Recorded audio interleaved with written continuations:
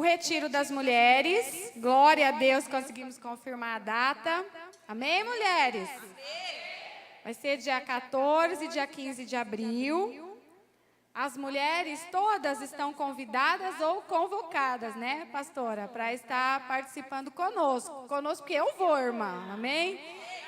Então, nós reservamos lá, mas ainda tem vagas disponíveis. Então, você que queira, não deu seu nome, pode estar procurando a pastora Elisângela, que ela vai estar orientando vocês quanto aos valores, o dia do pagamento, tudo para a gente estar se organizando, tá? Será no dia 14 e 15 de abril.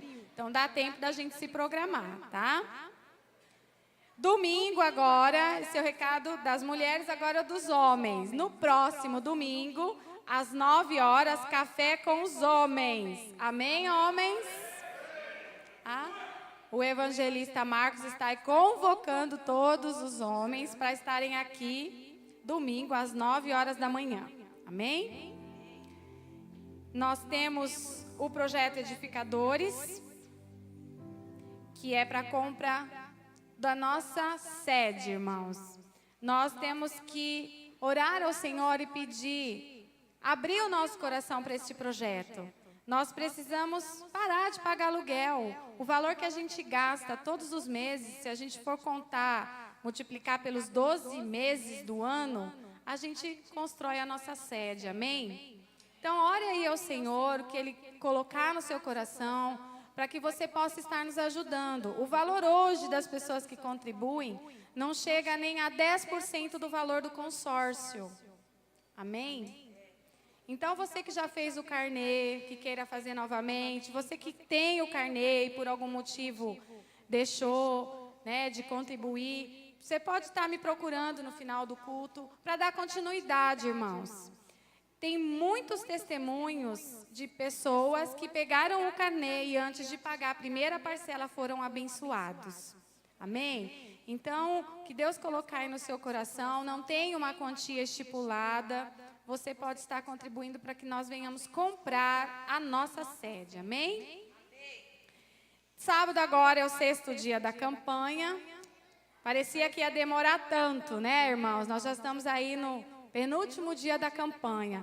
Mas você ainda pode trazer alguém para ser abençoado aqui. Amém? Então, convide alguém, traga alguém com você para a nossa campanha Mudança de Vida, o 6º dia, neste sábado.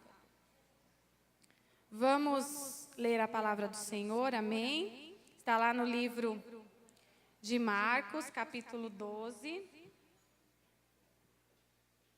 verso 41, que diz assim: Estando Jesus assentado de frente à arca do tesouro, observava como a multidão lançava o dinheiro nela.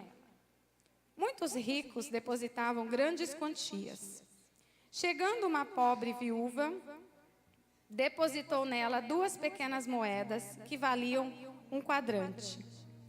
Chamando seus discípulos, disse-lhe: Em verdade vos digo que esta pobre viúva doou mais do que todos os que depositaram ofertas na arca do tesouro, porque todos ali deram do que lhes sobrava, mas esta, da sua pobreza, doou tudo o que tinha, todo o seu sustento.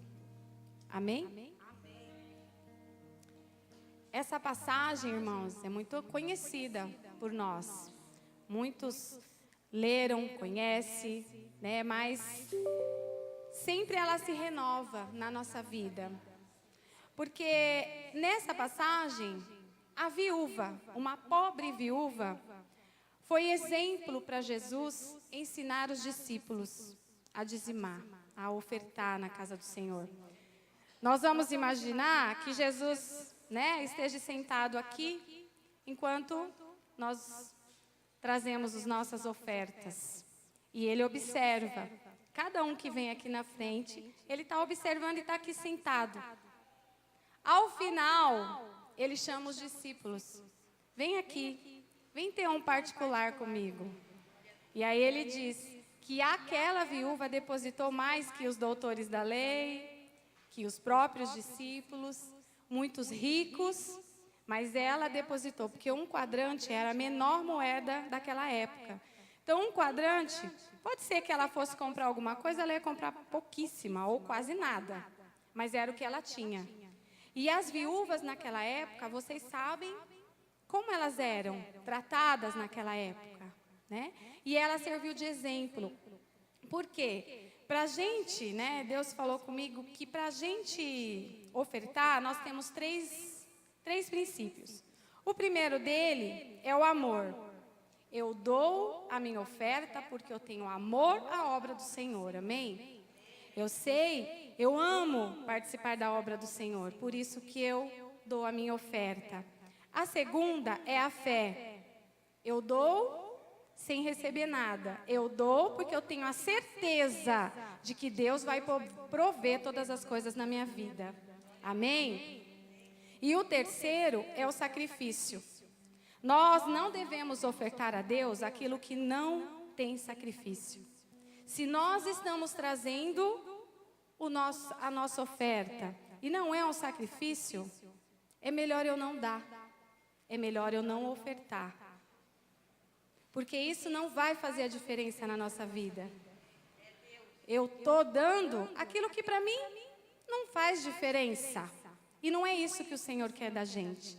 Por isso que essas três coisas têm que estar dentro do nosso coração quando nós venhamos ofertar.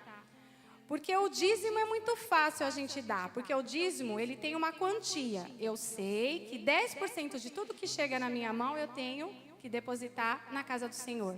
Mas a oferta, ela é voluntária. A oferta, ela não tem valor. A mesma coisa quando uma pessoa pergunta, né? Você vai comprar, paga o quanto você quer. Será que você vai pagar a menor ou a maior? Se você tiver que escolher, se nós tivermos que escolher, né? Eu vou comprar esse copo, ele não tem um valor. Aí a pessoa fala, é esse valor ou esse? Nós vamos optar pelo maior ou pelo menor? E na casa do Senhor é assim. Por isso que a oferta tem que vir do coração, a oferta tem que vir de dentro, a oferta tem que ser espontânea. E por isso que ela não tem valor. Amém? E eu oferto não só o que eu deposito aqui, eu posso ofertar participando do jantar, eu posso participar doando os ingredientes para o jantar, né? Tem muitas formas de eu ofertar na casa do Senhor. Amém? Então, nós precisamos que o nosso coração esteja voltado para isso, né? Para que nós sejamos abençoados, porque é a oferta que multiplica as coisas na nossa vida. É a oferta que prospera, porque a oferta é algo voluntário.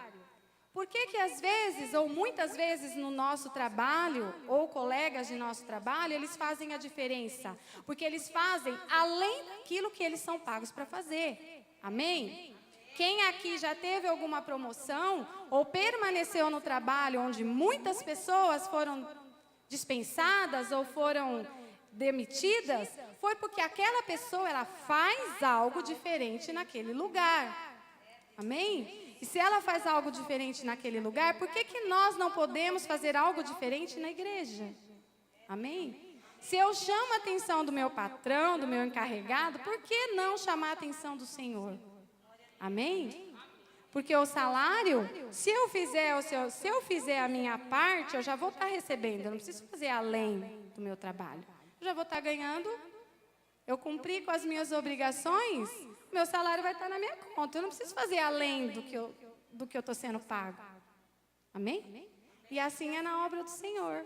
Eu faço o básico. Será que o básico que eu estou fazendo na casa do Senhor é o suficiente para eu ter prosperidade na minha vida financeira, na minha saúde, na minha família, no meu trabalho? Amém, irmãos? É isso que o Senhor falou comigo. Que nós temos que ofertar além. Nós temos que ofertar com sacrifício, com fé e com amor. Porque quando nós juntamos essas três palavras que são pequenas, mas que têm grande significado na nossa vida espiritual. Amém? Eu peço que você se coloque de pé aí no seu lugar, você que pode. Os obreiros estão passando com os envelopes. Você que sentir no seu coração, né, a necessidade, a vontade, o amor e o desejo de ofertar na casa do Senhor hoje, você pode estar pegando seu envelope. Você que não tem, ou que ainda seu coração não está disposto, ore ao Senhor, né? Peça para o Senhor te capacitar, te dar entendimento para você entender, né? Para você sentir a necessidade, a vontade de doar e de fazer um propósito. Amém? A maioria das pessoas que foram abençoadas e prósperas é porque fizeram um sacrifício, fizeram uma oferta de sacrifício ao Senhor. Amém? Fizeram a diferença diante de Deus e diante daquilo que diz a palavra do Senhor. Amém? Feche os seus olhos para nós estarmos orando. Amém? Deus querido, Deus amado, estamos aqui, Senhor, mais uma vez, diante da Tua presença, Senhor, diante de Ti, Pai, para Te agradecer, Senhor, por tudo aquilo que o Senhor tem feito pelas nossas vidas, Pai, por tudo que vimos e por tudo aquilo que nós não vimos, mas que o Senhor nos livrou, o Senhor nos guardou, o Senhor nos protegeu, Pai, em nome de Jesus. Senhor, abençoa, Pai, cada lar aqui representado, cada família, Senhor, cada dízimo, Senhor, cada oferta, Pai, nesta noite, em nome de Jesus. Abençoa aquele, Senhor, que hoje não tem uma oferta, que não tem o dízimo para entregar, Senhor. Provê, Senhor, na vida de cada um. Fala ao coração, Senhor, em nome de Jesus, que eles venham sentir a vontade, sentir o desejo, Senhor, de estar entregando aqui na sua casa aquilo que é de coração, Senhor, aquilo que é de amor, Pai, em nome de Jesus. Enche, Senhor, as despensas daqueles que necessitam, Pai, em nome de Jesus. Abre, Senhor, a porta de emprego para aqueles que estão procurando, Senhor, para que eles possam escolher, Pai, o melhor emprego, Senhor, em nome de Jesus. Prospera, Senhor, o lar de cada um de nós que estamos aqui, Senhor, em nome de Jesus, porque nós estamos aqui porque cremos, Senhor, no Teu poder, cremos na Tua glória e cremos que o Senhor é poderoso para prover e para fazer todas as coisas nas nossas vidas, Pai, em nome de Jesus. Eu Te louvo, Senhor, e eu Te agradeço por tudo que o Senhor irá fazer e tudo porque o Senhor está fazendo nas nossas vidas, em nome de Jesus. Amém? Amém, irmãos? Você tem a liberdade de trazer os dízimos e as ofertas na casa do Senhor. Amém? Aplauda a vida do ministro Rafael, amém? Que vai trazer a palavra para nós, amém?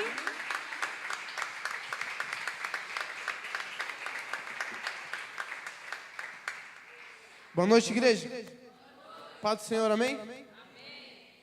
Antes de estar dando início aí à pregação, quero convidar você no seu lugar junto comigo, adorar a Deus, declarar que nós dependemos dEle para tudo e acima de todas as coisas, amém? Você que pode, se coloque de pé no seu lugar, você que já está permanecendo. Feche seus olhos. A presença de Deus, ela é palpável neste lugar. Então, não se disperse.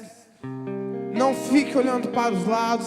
Mantenha seu foco somente em Deus, porque Ele já está aqui. Ele quer falar com a mim e com a sua vida nesta noite, amém?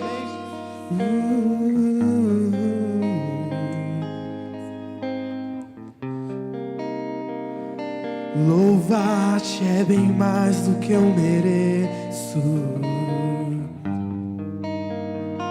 Adorar-te é o mais profundo do que eu pensei.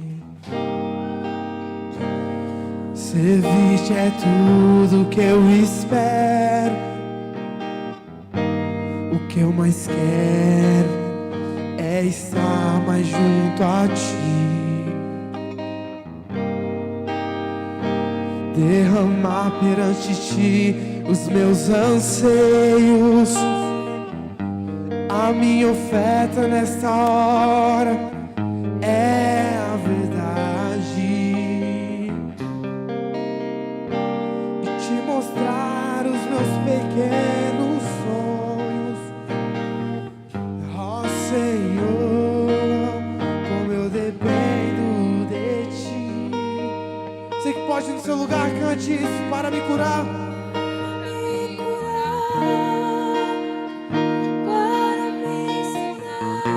Desejo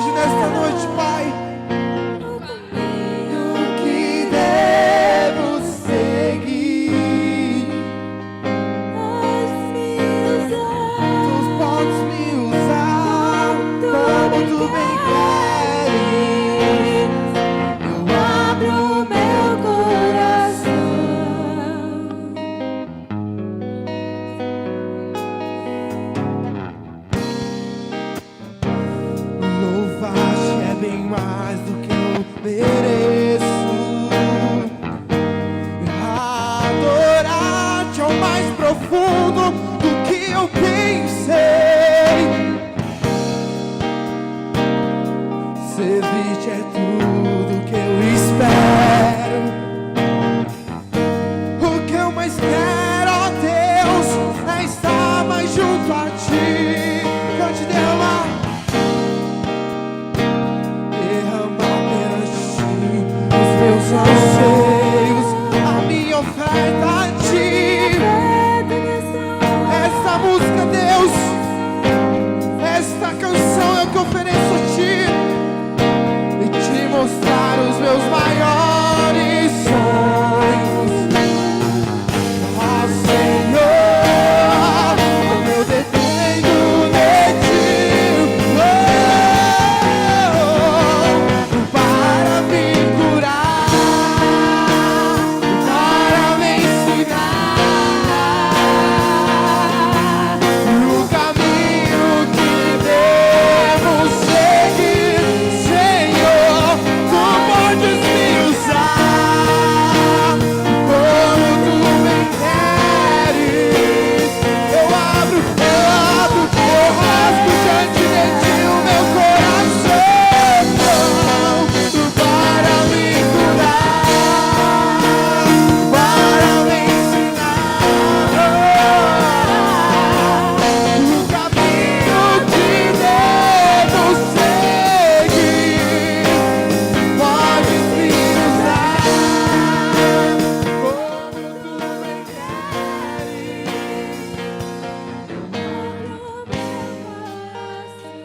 Eu rasgo meu coração diante de ti.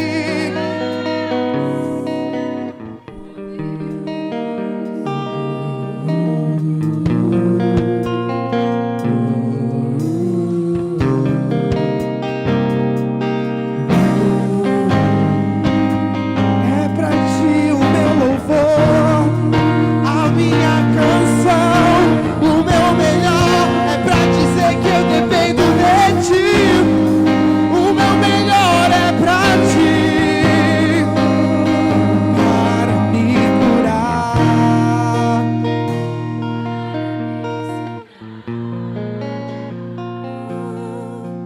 O caminho que devo seguir. Podes me usar, Senhor, como tu me queres. Eu abro meu coração. Aqueles que abram seu coração, volta bem forte ao Senhor. Sente-se aí no seu lugar, glorificando e exaltando ao nome daquele que vive para todo sempre. Te convido a você a abrir a sua Bíblia no livro de Lucas, capítulo de número 5, versículo de número 10.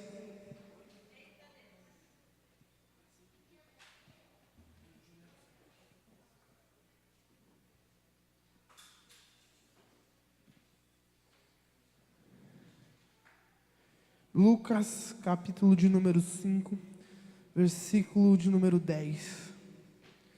Essa noite, eu estava falando com Deus a madrugada que passou. Desde sábado, sexta-feira, eu estive lá na igreja da pastora Vânia. Desde sábado nós estávamos aqui durante o dia. Eu já sabia que eu iria pregar hoje. Eu falando para ela: pastora, pregar sobre poço e isso e aquilo. Eu já estou pesquisando os 5 poços de Isaac. Deve ser desse jeito, pá. Daí chegou até ontem, meia-noite, tudo que eu pesquisei eu já não lembrava mais. Daí eu, meu Deus, o que vai acontecer agora? Daí 3 horas da manhã eu falando com Deus. Deus, ele me deu essa palavra sobre 3 pessoas diferentes: Abraão, Davi e Pedro. Nós vamos começar aqui falando sobre Pedro. Sobre Pedro, lá no livro de Lucas, o capítulo de número 5, versículo de número 10. Podemos ler, amém? Em alto, bem alto e bom tom, vamos ler todos juntos. 1, 2 e 3.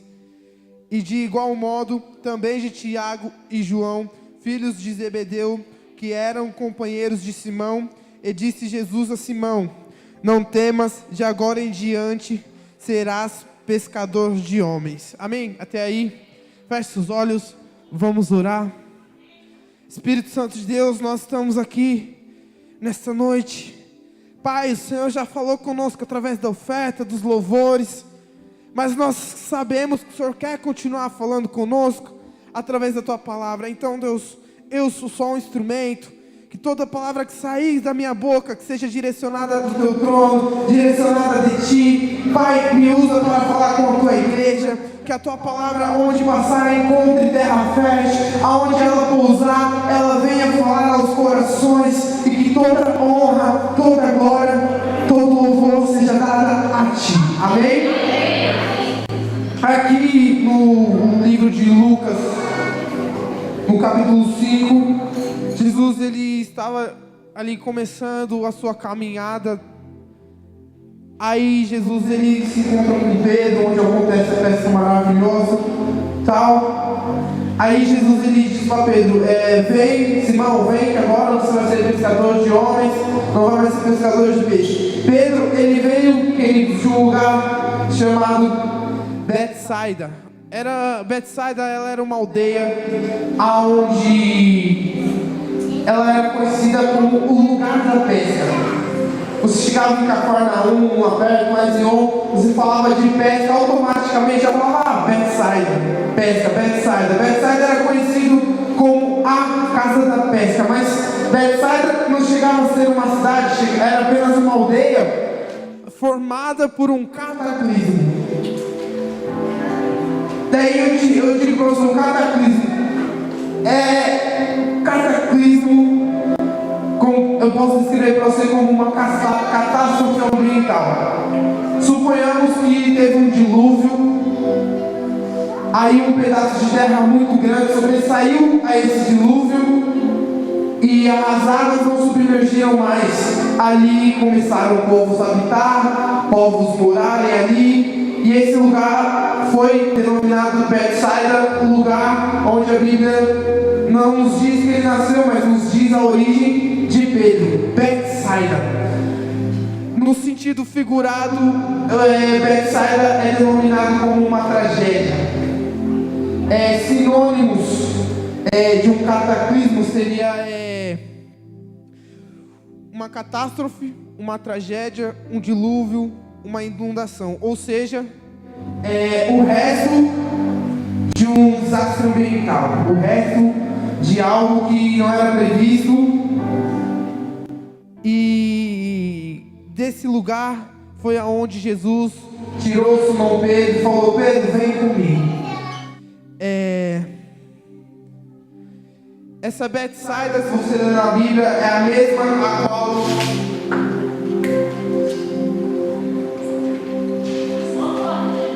na qual Jesus ele amaldiçoou lá junto com ele comparou com Tiro e Sidônia. E quando Jesus amaldiçoou Cafarnaum, ele amaldiçoou também Betsaida. Ele disse que devido às maravilhas que ocorreram em Betsaida, e o povo foi cabeça dura, o povo não, mesmo vendo Jesus ali perto, vendo Jesus operando maravilhas, Jesus pregando, eles mesmo assim não se arrependeram de seus pecados. Então Jesus falou: Zion e Tiro terão mais misericórdia no dia do julgamento do que vocês. Jesus, ele então amaldiçoa Betsaida. Alguma característica a qual todos nós podemos voltar a ler a Bíblia em Pedro, era o que? Pedro ele era alguém de personalidade. Pedro ele era impulsivo, era sentimental, ele amava Jesus, amava sua família, ele tinha uma família. Então ele era alguém que tinha sentimentos, ele era alguém impulsivo, ou seja, alguém de personalidade. Eu estava conversando com o meu pai sobre essa mensagem e ele disse assim: qual é o tema? Eu falei: vixe, não tem tema. Ele falou: você precisa ter um tema na mensagem. Eu comecei a pensar. Daí Deus falou no meu coração: desprenda-se das coisas que te afastam dos sonhos de Deus. Eu falei: mas meu Deus, como assim? Desprenda-se das coisas que te afastam dos sonhos de Deus. Você vai entender melhor. Mas quando Jesus ele chama Pedro, ele deixa bem claro o seu propósito na vida de Pedro. Ele deixa bem claro o seu propósito na vida de Pedro. Ele diz lá, Simão, vem, você vai ser pescador de homens. Uma coisa que eu entendo aí nessa passagem é que Jesus, ele não chama ninguém sem deixar claro o seu propósito, o seu sonho na vida daquela pessoa. Jesus, se ele te chamou, você tem um propósito na sua vida a cumprir. Jesus, ele não diria, vem porque eu quero te usar, vem porque você vai ser um instrumento nas minhas mãos, mas ele deixaria vago na sua mente a maneira que ele quer te usar. Não, Jesus disse, vende, porque a partir de hoje serás pescador de homens. Deixou claro o propósito. Deus, hoje nessa noite, se você ainda não sabe, se você ainda não tem noção do que Deus te chamou, para que Deus te chamou, Ele vai deixar claro na minha e na sua vida, amém? Continuemos. Essa semana do carnaval eu estive numa conferência na qual tinha um bispo pregando e ele falou o seguinte: você já sabe o porquê você nasceu, você já sabe o propósito de você ter nascido.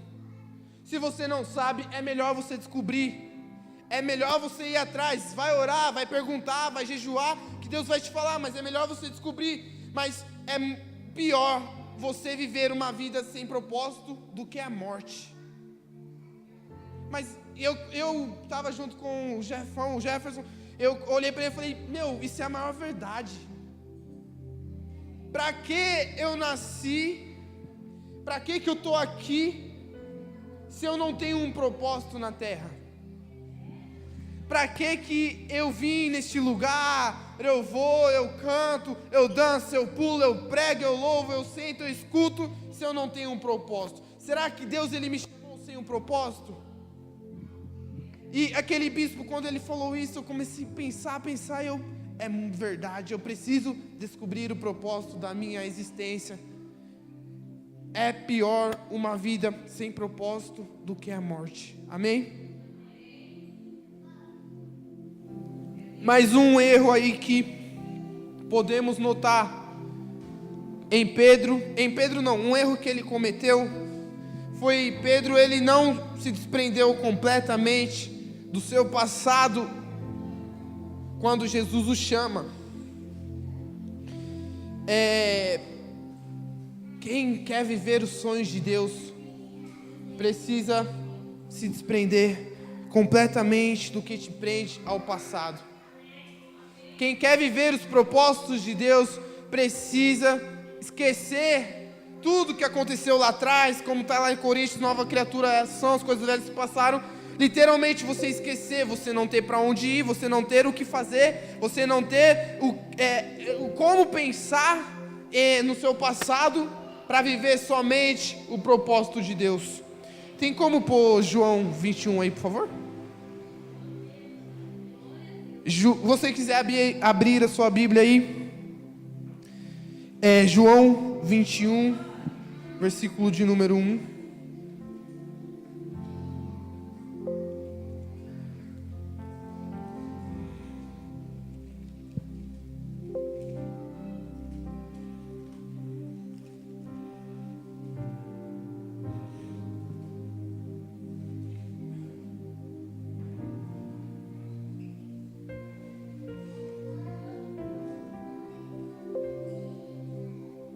Amém? Vamos lá, depois disso manifestou-se Jesus, até o 3, tá? Depois disso manifestou-se Jesus outra vez aos discípulos, junto do mar de Tiberíades, e manifestou-se desse modo. Estavam juntos Simão Pedro, Tomé, chamado Dídimo, Natanael, que era de Caná da Galileia, os filhos de Zebedeu e outros 2 dos seus discípulos. Disse-lhe Simão Pedro, vou pescar. Responderam-lhes, nós também vamos contigo. Saíram, entraram no barco e naquela noite nada apanharam. Este foi o erro que Pedro cometeu. Eu lendo aqui agora essa passagem, o 3, por favor.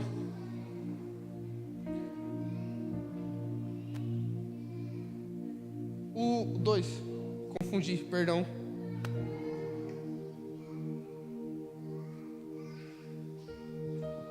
Estavam juntos Simão, Pedro, Tomé, Natanael e os filhos de Zebedeu. E outros 2. 5 pessoas aí estavam junto com Pedro. Aí nós vemos, Jesus ele tinha acabado de aparecer aos seus discípulos. Jesus, ele se mostrou como ressurreto. Ele havia morrido 3 dias, ele ressuscitou. E aí ele foi lá e se mostrou aos seus discípulos. E Jesus saiu. E assim que Jesus saiu, os discípulos não sabiam o que fazer. Como você pode dizer isso? É prova disso porque Tomé, Natanael, os filhos de Zebedeus e outros 2, se eles soubessem o que fazer, tivessem um propósito, não teriam ido pescar junto com Pedro. O mal de não termos um propósito, essa aqui veio agora, hein? O mal de não termos um propósito na nossa vida é que nós olhamos para a vida do outro e queremos achar o nosso propósito na vida do irmão.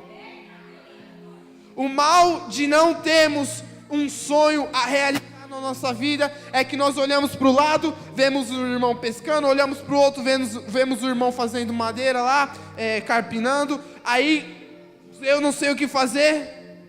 Mente vaga acaba copiando o que não é para você. Amém? Tá dando para entender? O mal de não termos um propósito, o ruim de não termos um propósito é que acabamos sendo influenciados por propósitos que não são para nós. Aí, mas voltando para a mensagem, a Bíblia não relata uma crise, a Bíblia não relata um problema, não relata uma discussão. A Bíblia simplesmente nos deixa entender, nos relata o quê? Que eles não tinham o que fazer. Mas Jesus disse para Pedro: serás pescador de homens. Pedro sabia o que fazer.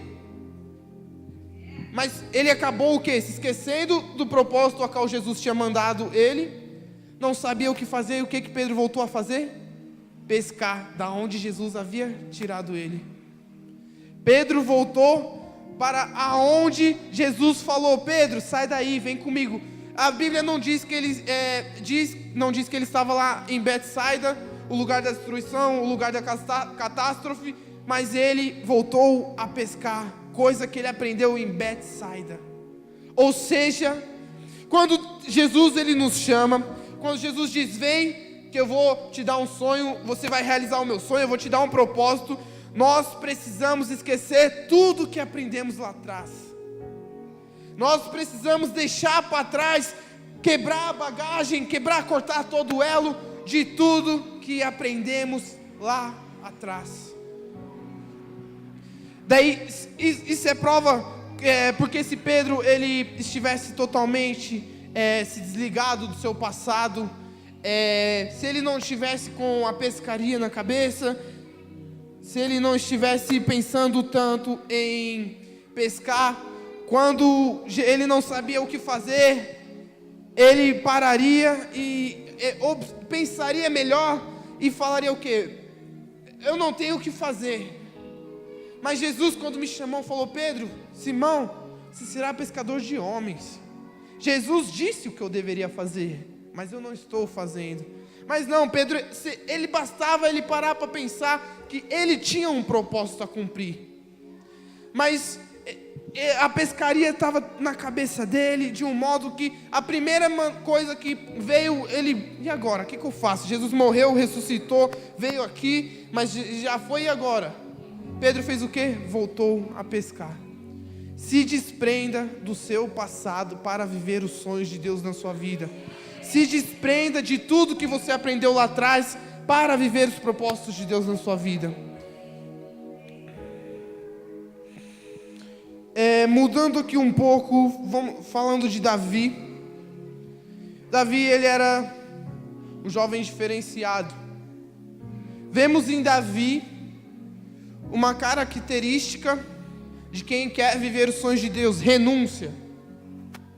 Porque se você parar para observar a trajetória de Davi, desde pequeno ele já adorava a Deus, ele escolheu estar nos caminhos do Senhor. Ou seja, quem quer viver os propósitos de Deus precisa renunciar às suas próprias vontades. Outra coisa que vemos na história de Davi é que Davi, ele soube esperar o tempo de Deus cumprir o propósito dele na vida dele. Observemos que quando Samuel vai ungir Davi, nós que estamos lendo, conseguimos perceber, conseguimos ver, conseguimos enxergar que Samuel vai ungir Davi rei, mas em momento algum a Bíblia nos diz que Samuel chegou lá e falou: Davi, vem cá que você vai ser ungido rei. Ele simplesmente chegou lá na casa, derramou óleo lá, falou para o pai de Davi que iriam escolher um dentre a casa dele para fazer sacrifícios ao Senhor. Daí foi lá e ungiu Davi. Aí na trajetória de Davi, nós conseguimos ver que Deus, quando tem um propósito na nossa vida, Ele revela a mim e a você, porque Samuel não falou, mas com o passar do tempo, Davi, ele estava na guerra. Davi, ele parou para observar que quando ele tocava, Saul era liberto. Ele falou: poxa, o Espírito Santo de Deus está em mim, alguma coisa diferente está em mim, então eu não sou qualquer um. E conseguimos ver a espera na vida de Davi, quando Saul estava perseguindo Davi, e aí caíram lá no sono. Davi teve a chance de matar Saul, mas Davi em momento algum encostou em Saul, em momento algum ele matou Saul. O que eu quero dizer para você é o quê? Davi sabia que ele seria o próximo rei. Saul estava ali, era só ele matar, pegar a coroa, pronto, virei rei. Agora é com nós, pá, vamos lá, estouro. Não, Davi, ele falou: Deus tem o tempo para todas as coisas. Ele poderia ter matado Saul, poderia, mas em momento algum ele encostou em Saul, porque Saul era ungido do Senhor, Saul era o escolhido, Saul tinha unção. E um erro que muitas das vezes eu e você cometemos, quando descobrimos o nosso propósito, nós queremos cumpri-lo. Mas Rafael, eu não tenho que cumprir meu propósito. Claro que você tem, você nasceu para isso. Bebi até uma água aqui que está engasgando. Mas, paz, claro que você nasceu para cumprir o seu propósito, mas Deus, Ele te dá o propósito e te dá também a maneira de cumprir o propósito. Imagina que Deus, Ele falou: Joãozinho, você vai virar um pregador. Mas Deus, Ele só falou isso. O propósito do Joãozinho é ser um pregador. Mas não falou se ele vai pregar para casais, não falou se ele vai pregar para jovens, não falou se ele vai pregar sobre cura, sobre libertação. Aí o Joãozinho pega, bota a Bíblia debaixo do braço, chega no seu pastor e fala: pastor, Deus falou que eu vou ser pregador, então a partir de hoje estou me desligando da igreja, eu vou ser um pregador itinerante. Daí o pastor fala: Joãozinho, se Deus falou com você, amém, quem sou eu? Aí o Joãozinho vai, mas se ele não esperou Deus falar: Joãozinho, eu quero que você pregue dessa forma, eu quero que você vá desse jeito, eu quero que você fale desse jeito, fale para tal pessoa, de tal modo. Não, ele simplesmente foi. Aí na primeira pregação dele lá, aquela cara de ué, fala nada com nada, não vem o discernimento do céu. Daí ele, foi uma bênção, pá. Não foi, porque ele não sabe se Deus queria que ele pregasse daquela forma, ele não sabe se Deus queria usar ele daquele jeito. E a Bíblia diz: maldito aquele que faz de qualquer jeito. Não estou dizendo que ele fez de qualquer jeito, mas ele não fez segundo a direção de Deus. E isso é uma brecha enorme para o Satanás entrar na minha e na sua vida. Se ele não fez segundo a direção de Deus, Deus não estava com ele. Quando Deus não está conosco, o problema está aí. Satanás entra, tudo que ele quer é apenas uma brecha. Nós vamos entender isso mais para frente aqui, mas outra coisa que me chama a atenção também em Davi é que Davi ele era rei. 2 Samuel 11. Davi ele era rei. Ele tinha o apoio das 12 tribos de Israel, mas a casa de Davi era dividida. Davi ele tinha o apoio das 12 tribos, mas seus filhos brigavam entre si. Como eu posso querer governar, posso querer ministrar, posso querer ir, posso querer ser tudo, mas se eu não tenho nem minha casa comigo? O meu e o seu ministério começa em casa. Não adianta eu querer vir aqui ministrar o louvor, mas antes de vir para o culto, minha mãe pediu uma coisa, eu falo, mãe, tô afim não. Meu pai pede, eu vou lá, não faço. Desrespeito meus avós. Amém, amém. Amém, viu? Não adianta, eu vou lá, discuto com todo mundo, chego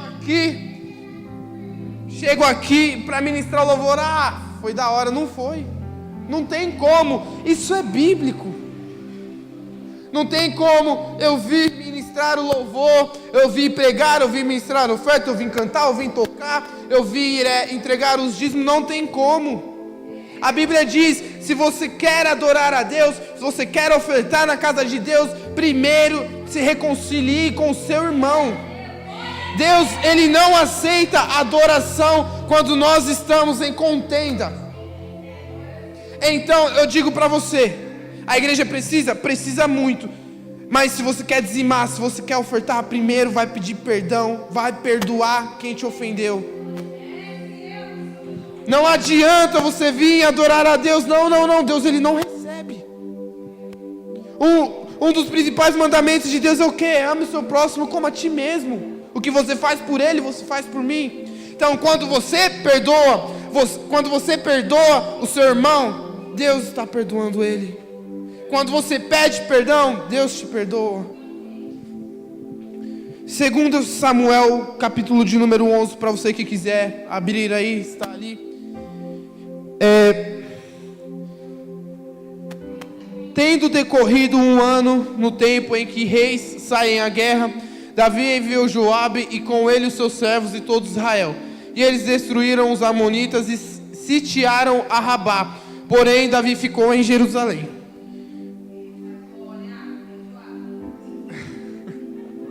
Olha, aí nós vemos o que? Podemos dizer que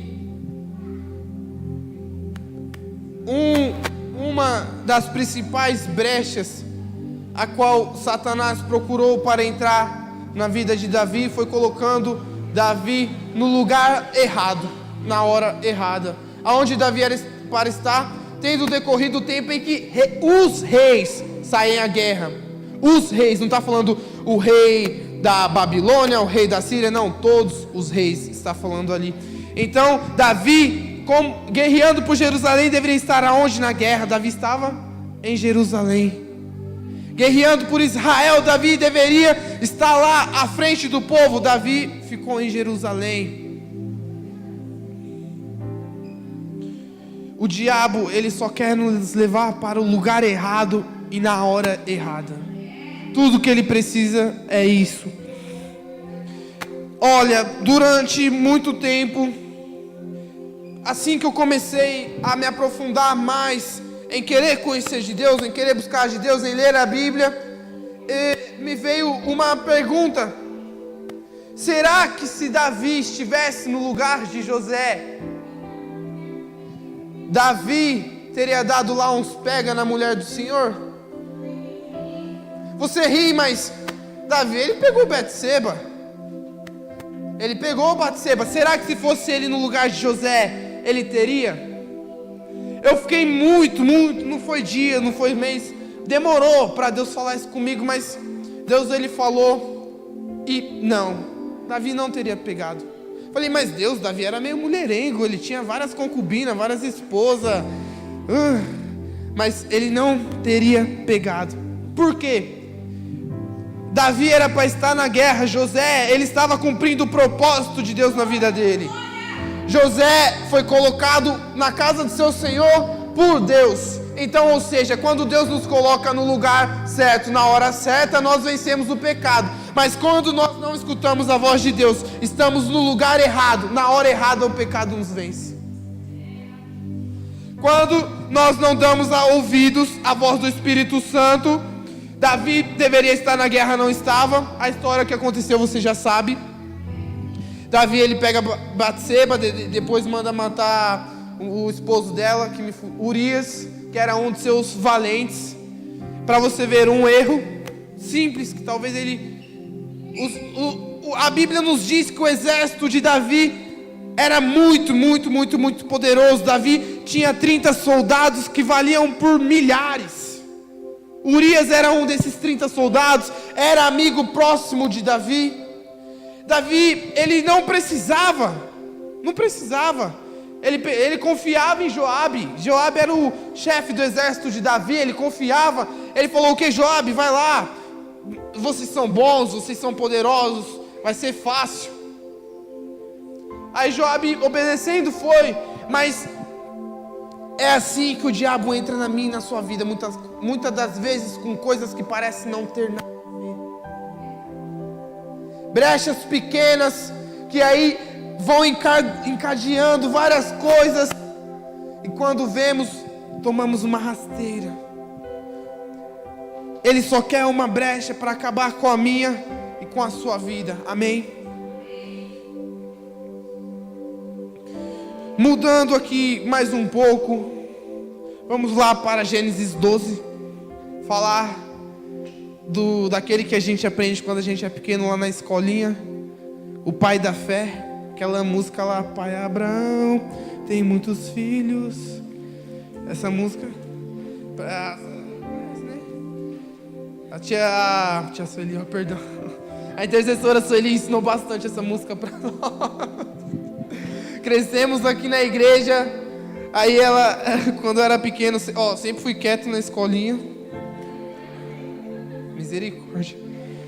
E aí ela ensinava essa música para nós, falando de Abraão. Mas um exemplo clássico de fé é Abraão. Vamos entender por quê. Ora, o Senhor disse a Abraão: sai da tua terra, da tua parentela e da casa de teu pai, para a terra em que eu te mostrarei. Pode passar. E farei de ti uma grande nação, abençoar-te-ei e engrandecerei o teu nome, e tu ser uma bênção. Abençoarei os que te abençoarem e amaldiçoarei aquele que te amaldiçoar. Em ti serão benditas todas as famílias da terra. A caminhada de Abraão com Jesus, ela já começa baseado na fé. Ali Jesus, ele não mostrou o propósito dele ainda na vida de Abraão, mas Deus ali simplesmente falou: Abraão, sai daí, já deu seu tempo aí, vamos para onde eu vou te mostrar. Deus, ele não falou vai para o Egito, vai para Jerusalém, vai para Israel, vai para Babilônia, não. Ele falou: vai para a terra que eu vou te mostrar. Um exemplo de fé é Abraão, porque a vida de Abraão foi regada de promessas.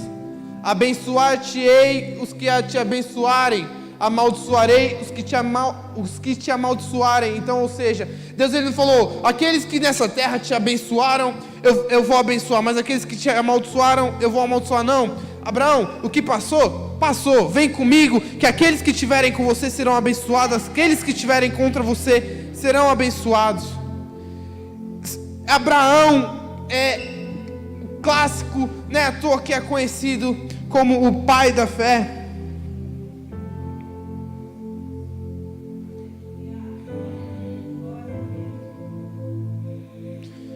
Olha, se nós pararmos para observar esses três que estamos falando, Davi, Davi, ele não recebeu a promessa de que seria rei, mas Deus, com o passar do tempo, revelou a ele que ele seria, que Abraão seria pai de multidões e que Pedro seria pescador de homens. Para eu e você começar o nosso propósito, nós precisamos primeiramente confiar em Deus. Deus, Ele falou, mas cabe a nós entender o quê?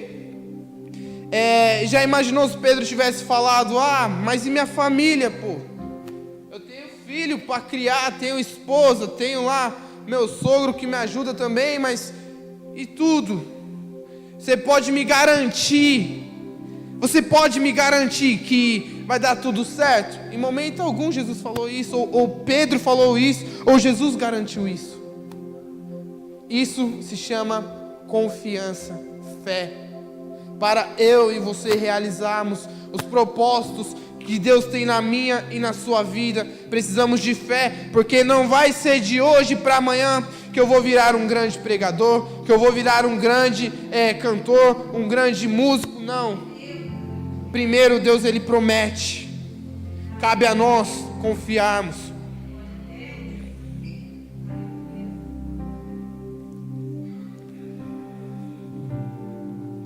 Tudo baseado em promessas. Olha, eu vejo muito pastor, muitas pessoas, não estou falando que está errado não, mas muita gente falando que Deus pediu Isaac para Abraão, para testar a fé de Abraão. Particularmente eu não concordo com isso. Se pararmos para observar a Bíblia, não foi isso. Deus não precisava testar a fé de Abraão, porque Abraão saiu de onde ele morava, onde ele tinha conforto, para confiar apenas em promessas. Abraão não teria mandado Ismael, que era seu filho, embora no deserto. Deus não teria confiado a Abraão a promessa de que ele seria pai de multidões. Então Abraão, ele tinha uma fé incontestável. Não precisamos testar a fé de Abraão. Mas então, por que Deus pediu Isaac a Abraão?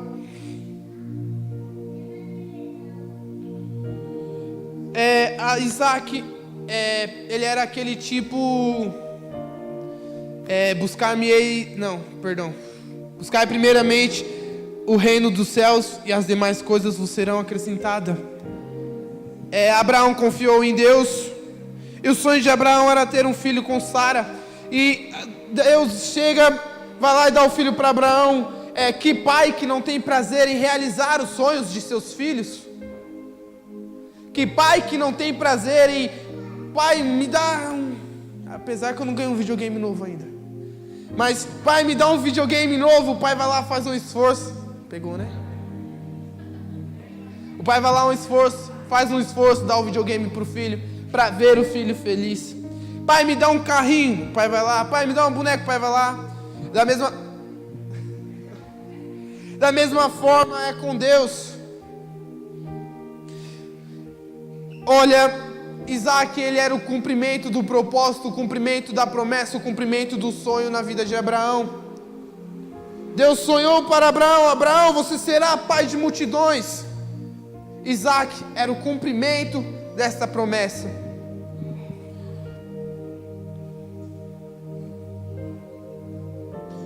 Aí, como Deus pode então a Abraão chegar: Abraão, eu preciso de Isaac, me dá Isaac, vai lá, sacrifica Isaac.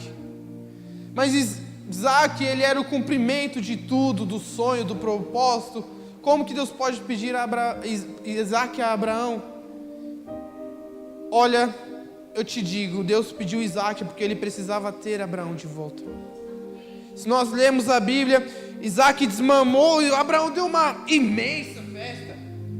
Isaac aprendia a andar, era festa. Caiu um dente, era festa. Isaac soltava um lá, era festa. Tudo era festa.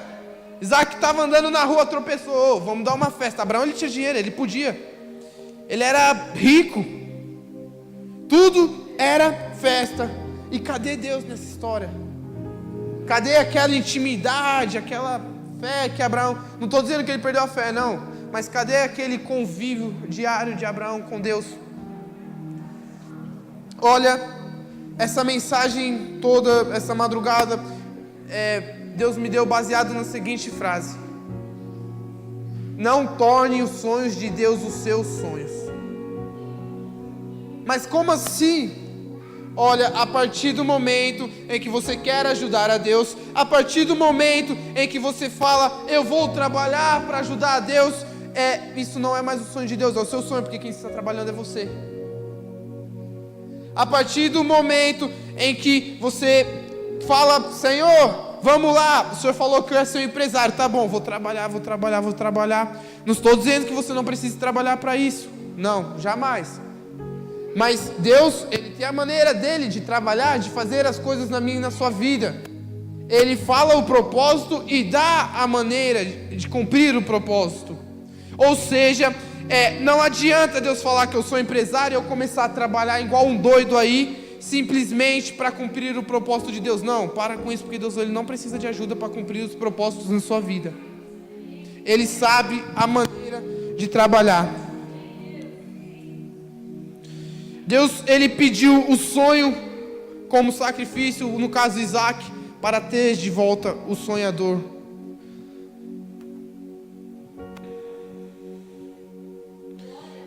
Olha, a partir do momento em que o sonho, em que o propósito começa a te afastar de Deus, ele deixa de ser um propósito. Deus, Ele quer que você tenha a sua casa, Ele quer que você tenha a sua família próspera, Ele quer que você tenha aquele carro ao qual tanto você sonha.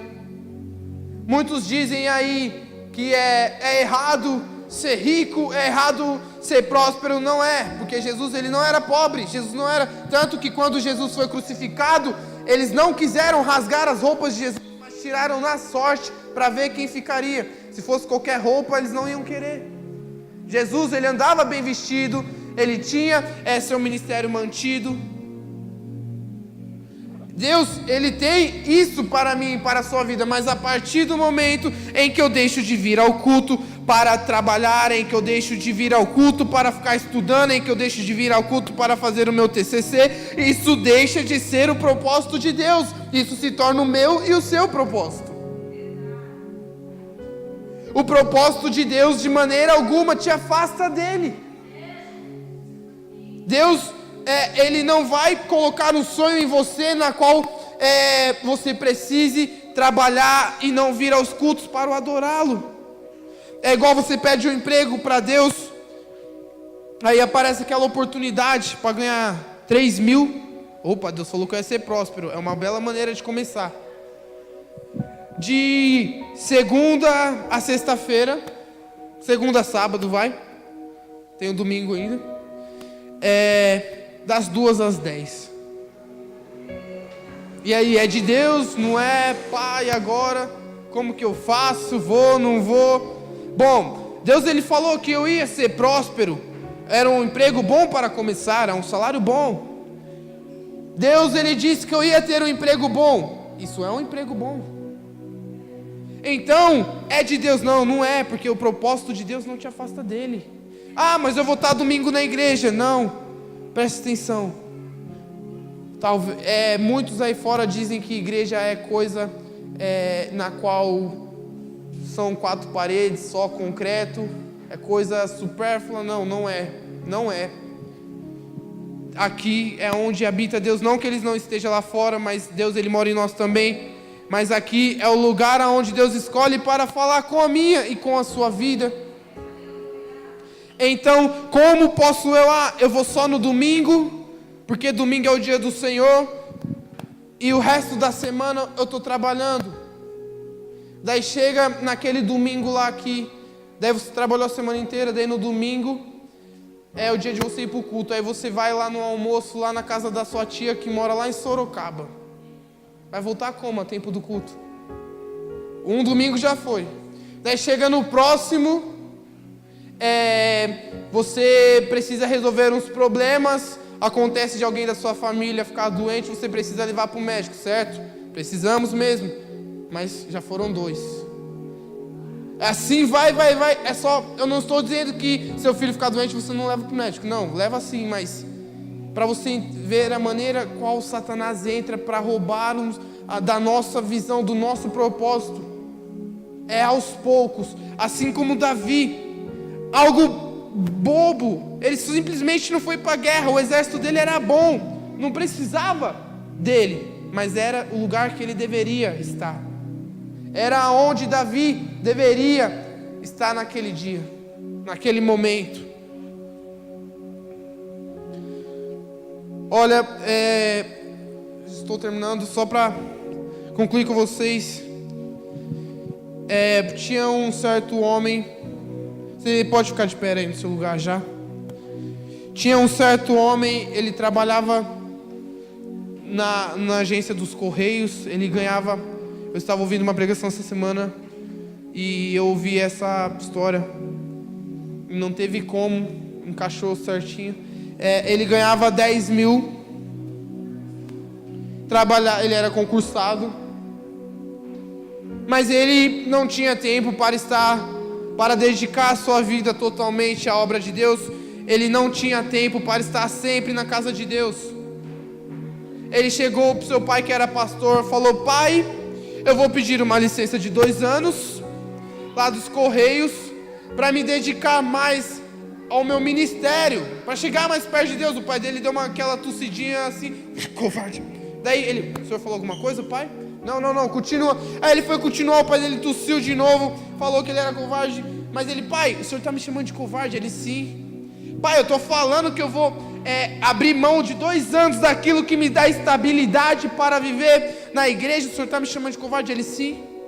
Se você fosse corajoso, você não pedia licença, você saía fora e confiava em Deus. Você se desprendia de tudo lá atrás para viver somente o propósito de Deus. Olha, entenda uma coisa, eu vou compartilhar com vocês algo que aconteceu comigo. Todos sabem, João 21, todos sabem que eu gosto muito de videogames. Aí teve um certo tempo aí que chegava do culto, videogame. Chegava do culto, videogame. Já não estava lendo a Bíblia, não estava orando. Porque quando ia orar, agora deu sono, eu vou dormir. Quando ia ler a Bíblia, tá dando sono, vou dormir. Aí chegou um certo ser humano aí que escondeu, tá? Eu não sei que tá em cima do guarda-roupa, não. Eu não sei. Falou: você não vai mais ficar até tarde jogando videogame. Foi lá e colocou em cima do guarda-roupa, mas eu não sei, tá? Aí eu falei, só que aí eu tinha me acostumado a ficar até 2, 3 horas acordado. Aí eu falei: o que eu vou fazer agora? Peguei a Bíblia, voltei a ler a Bíblia, voltei a orar.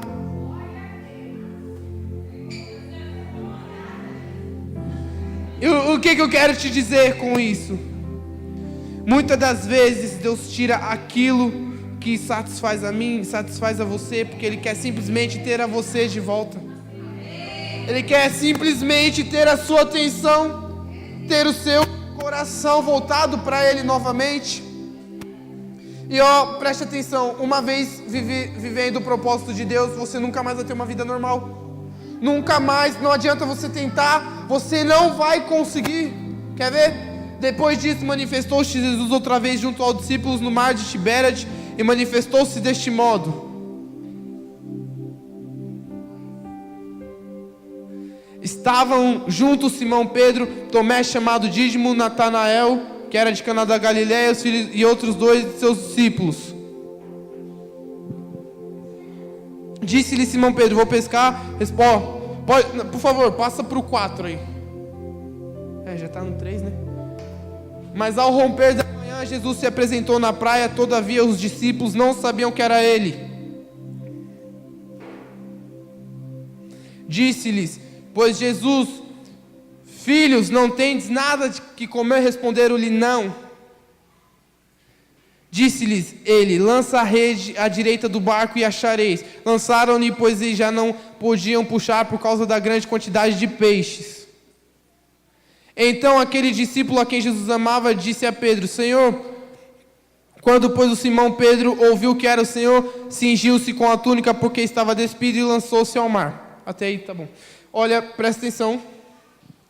A maneira como Jesus achou de chamar novamente a atenção de Pedro foi através de um milagre, através de uma maravilha. Lança a rede do lado direito, jogaram, lançaram. Eu entendo que nesta hora Jesus estava tentando mostrar para Pedro o quê? Pedro, não adianta mais você querer ter uma vida de pescador. Você não vai mais ser pescador. Pedro, não adianta mais você querer ter essa vida normal. Olha aqui, ó, tá vendo, ó, mais uma aí, ó, mais uma maravilha. Você nasceu para viver uma vida de maravilhas, de milagres, junto comigo. O meu propósito na sua vida é que você realize milagres, maravilhas em meu nome. Pedro, ele tentando voltar atrás, tentando ser um pescador, Jesus falou: não. Mais para frente Jesus diz o quê? Pedro, apacenta minhas ovelhas. Aí eu te pergunto, qual a semelhança entre peixe, que Pedro era pescador, e ovelha? Nenhuma. Nada. Não tem nada. Você não entendeu? Não tem nada em comum. O sonho de Pedro era o sonho, o propósito ao qual ele estava cumprindo era pescador de homem, pescador de peixes. Jesus disse: apacenta minhas ovelhas. O sonho de Pedro não tem nada a ver com Jesus. Você não entendeu ainda? O seu sonho que você está vivendo não tem nada a ver com qual o propósito que Deus te chamou. Deus, a partir do momento em que Ele se revela, Ele mostra um propósito totalmente diferente. Olha, Abraão, pai de multidões, Davi, era o maior rei de Israel, Pedro, pescador de homens, as promessas, a forma a qual as promessas iam se cumprindo, na Abraão foi através de Isaac. Em Davi, ele era o maior guerreiro que Israel já teve. Pedro, ele se tornou um discípulo de Jesus durante 3 anos, aprendeu como ser um pescador de homens. E Abraão ganhou aí, podemos dizer, a característica de pai da fé. Davi foi o homem que Deus olhou e falou que ele era segundo o coração dele. Pedro, maior pregador. Mas Abraão colocou Isaac à frente de Deus. Davi estava no lugar errado na hora errada. Pedro, na primeira dificuldade, teve que tomar um esporro porque foi bundão. Aí Deus pediu Isaac. Davi teve que ir para a guerra. E Pedro, Jesus foi atrás. Olha, preste atenção. O que eu estou tentando te dizer? Os maiores também... Desculpa. É que às vezes eu me empolgo. Os maiores, eles também cometeram erros. Os maiores, eles também olharam para o passado, assim como Pedro. Mas entenda uma coisa, Deus hoje Ele te dá uma nova chance de você querer realizar o propósito dEle. Deus hoje Ele fala: preste atenção, vamos lá mais uma vez, o meu propósito para você é esse, eu vou cumprir isso na sua vida. Basta apenas você querer olhar para trás e fazer assim: ó, isso não me pertence mais, sai fora, pronto. Deus, eu estou aqui, revela o teu propósito a mim. Amém? Quero orar com você. Olha, se alguém nesta noite precisa de uma oração em específico, na qual precise: Senhor, eu preciso retomar o teu propósito na sua vida, eu preciso saber para que eu nasci, eu preciso saber qual é o seu sonho para mim. É só você vir aqui na frente, os pastores, os evangelistas estarão orando pela sua vida. Mas eu te digo uma coisa: não saia daqui nesta noite sem antes descobrir o seu propósito. Não saia daqui nesta noite sem saber o porquê você nasceu. Não saia daqui nesta noite sem dizer para Deus: Deus, eu estou aqui pronto para te ouvir. Eu estou aqui pronto para cumprir o teu propósito na tua vida. Amém?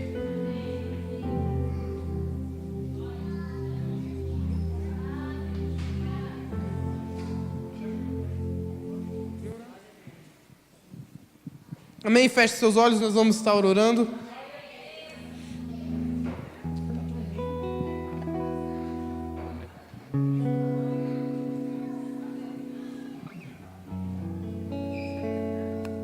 Aleluia. Deus, o propósito aqui, Senhor, é que a Tua palavra venha arder no nosso coração. O propósito aqui é que a Tua palavra venha falar com cada vida, com cada irmão e irmã, Senhor. Talvez muitas das vezes a gente está querendo viver os nossos sonhos, as nossas vontades, os nossos desejos.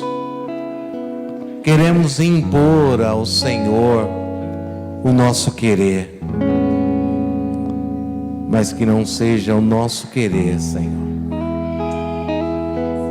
Seja feita a Tua vontade, assim na terra como no céu. Seja feita a Tua vontade na minha vida, na nossa vida, na nossa família, na nossa casa, no nosso lar. Eu quero ser totalmente dependente de Ti. Nós queremos depender de Ti, Senhor. Eis-nos aqui, dependentes, exclusivos. Seja feito o Teu querer na nossa vida. Mostra e revela aos nossos corações a Tua vontade. Assim seja, Senhor. Assim seja, Deus, sobre cada vida aqui hoje. Assim seja sobre a vida dos Teus filhos, dos Teus servos. Eu abençoo a cada um que entrou aqui nessa noite, Senhor. E essa palavra venha arder como chama no coração. E toda vez que o eu aparecer, que o Teu, Senhor, querer impere. Espírito Santo, corrige, orienta, disciplina. Quando não for do Senhor, quando for de mim, que eu diminua, para que o Senhor cresça a cada dia mais e mais na minha vida, na nossa vida, em nome de Jesus. Aplauda o Senhor, amém? Aleluia!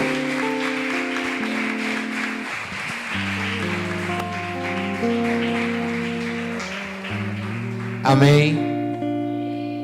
Você tomou posse? Você entendeu?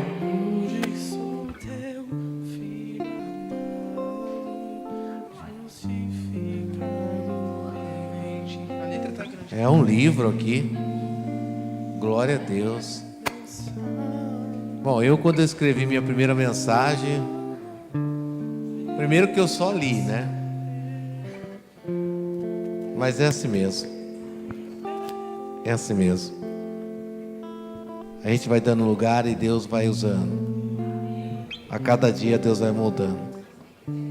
Dá lugar para Deus, que Deus vai usar a tua vida. Porque às vezes a gente acha que Deus só usa a nossa vida para pregar. Não, irmão. Deus usa a nossa vida em todos os lugares.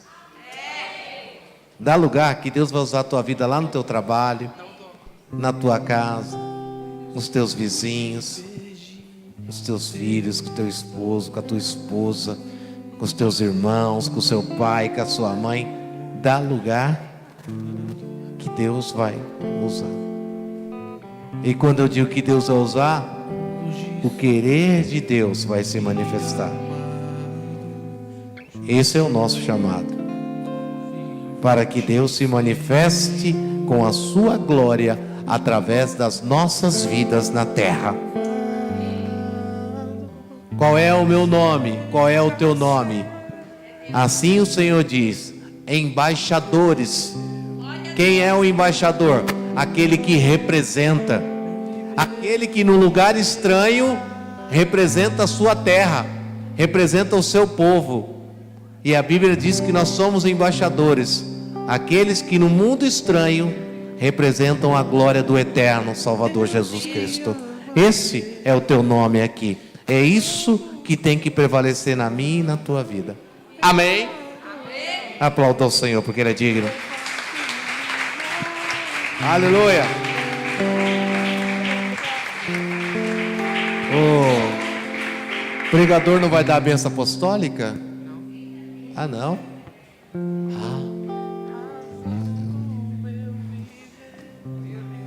Bom, quinta-feira é comigo? Depois de uma palavra dessa, nem sei se você vai vir. Mas venha. Quinta-feira vai ser bênção também. Vou ver se eu consigo meio que parar o pregador de hoje, mas eu fico 4, 5, 6 horas para fazer uma mensagem. Esse pregador aí ficou 14 horas, eu não consigo. Aí não... 14 horas para fazer uma mensagem, não vou conseguir. Então, bateu o recorde aí. Não vai dar não. Tá mais cheio de Deus que eu. Quinta-feira eu espero você aqui. Quinta das causas impossíveis. Amém. Vamos continuar o que começamos quinta-feira passada aqui, hein? Os meus auxiliares, mas vem no azeite, tá? Vem no azeite. Vem preparado, tá? Eu quero ver número do RG e, se possível, a data da emissão do documento. Bênção. Quero ver pegando. Pode pegar o microfone de mim quinta-feira. Pode pegar.